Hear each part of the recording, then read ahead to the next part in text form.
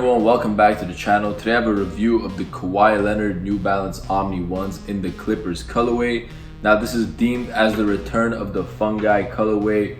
Super limited, random, drop happened on newbalance.com a couple weeks ago. It was like a pre-order, so I was lucky enough to go ahead and pre-order it, and it actually arrived to me yesterday. So shipping didn't take too long. It was a couple weeks after the pre-order. They were very limited. I do not know many people who got them. They're actually reselling for about $500 to $600 right now. So in this video, I'm just gonna break down the pricing of them, comfort, performance, my honest thoughts about them and all that. So just off the top, they do look a lot better in hand than in pictures. I was not really a huge fan of the Kawhi New Balances from the pictures. However, in hand, definitely it has a certain vibe to it, a certain feeling of the sneaker that you could really appreciate. However, I do have some concerns about them as well, so let me break down the pros and cons of the sneaker right now. First thing I want to start off with is the price point. Of course, that's one of the most essential things when purchasing a pair of sneakers. Now these actually retailed for $140. Now for a signature basketball sneaker, that is a very competitive price. Outside of like LeBron sneakers, which are about like $185 to $200 usually, Kyrie's go for around $130, $140. Paul George's go for around $120, $130. So being the first signature sneaker of NBA champion Kawhi Leonard, $140 is definitely a decent price for these. However, you do have to consider that these aren't Nike sneakers, they're actually New Balance. So in my opinion, honestly, the materials are not as good as Nike. I would probably not even compare it, especially Nike's basketball line has been going on for decades. This is a new beginning for New Balance, so you can expect improvements down the line, but for a first signature sneaker, it's not too bad.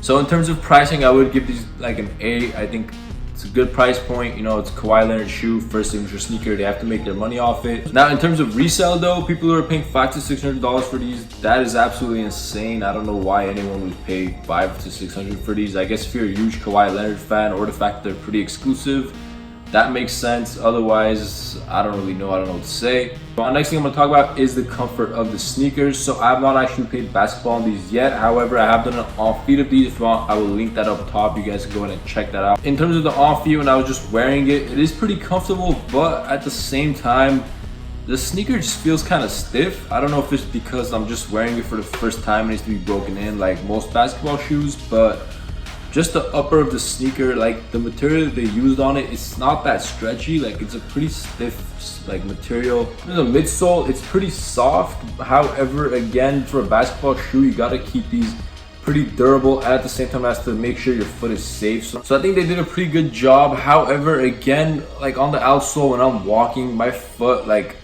it just didn't feel too comfortable. I'm not gonna lie. I've had basketball sneakers, especially like LeBron's and the latest Kyrie's and stuff.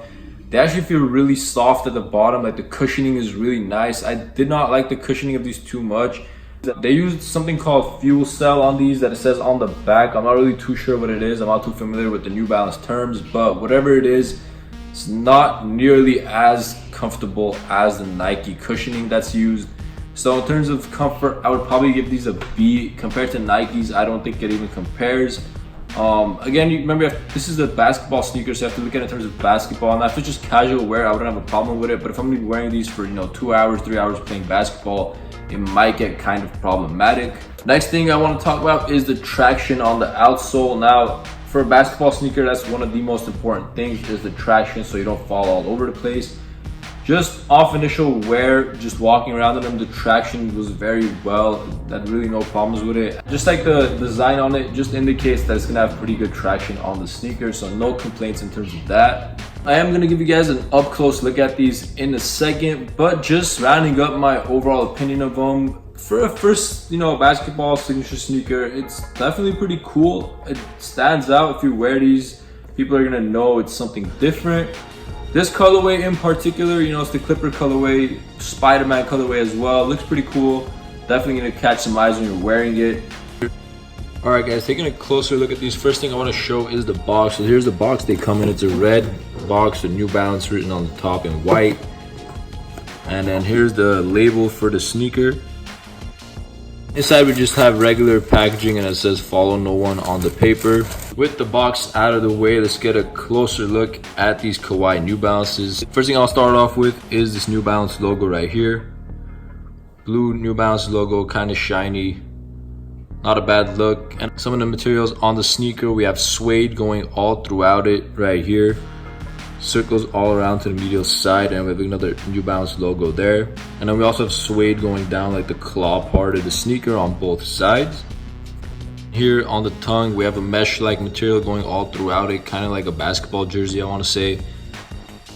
And this part is pretty stretchy, so it's pretty comfortable when you wear it. And on the tongue, it says New Balance OMN1. Pretty clean look. Kind of hidden part of the sneaker that I really like is this New Balance logo in the middle. So it says New Balance on like the strap in the middle going all throughout it. That's one of my favorite parts of the sneaker, but the laces kind of cover it up. Next up, I'm talking about the material that composes most of the upper. So I have like this, it's like a knit-like material, but it's also really stiff. It's not like Nike Flyknit or anything. Definitely not as comfortable or soft as Flyknit or Prime Knit that Nike and Adidas use. I mean, I kind of understand because it's a basketball sneaker, so you kind of want it to be durable and you want it to lock down and be stable, especially for Kawhi, who's been kind of an injury-prone player. So I kind of understand why they did that, but that material pretty much goes all throughout until here. And that actually changes on this area. I don't know what this material is, but below and above the suede, we have like this softish like material. As you guys can see, it bends pretty easily there. The midsole is completely rubberized, and then again, as I mentioned earlier, there's that fuel cell technology used within it. I'm really not sure what that is, but just pointing it out. And a quick look at the outsole so you guys can see the traction pattern with the New Balance and claw logo there. And lastly, just gonna show you guys the insole. Again, there's no suede or leather used on the midsole, it's just like basic material. And then on the inside, it has the same New Balance logo. Gonna look at the size tag really quick if you guys need to. There it is. So that's pretty much all of the materials used on these Kawhis in a close-up look. Not bad for a first basketball signature sneaker. Alright guys, thank you so much for watching this video. Hopefully you found it helpful. Once again, these are Kawhi Leonard's first signature sneaker with New Balance. Don't really know what other colorways are set to drop. However, I do expect them to wrap up the amount of releases as the new basketball season starts.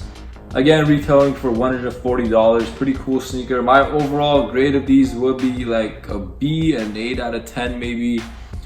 Pretty decent. However, they could have used better materials and made it a lot more comfortable in my opinion.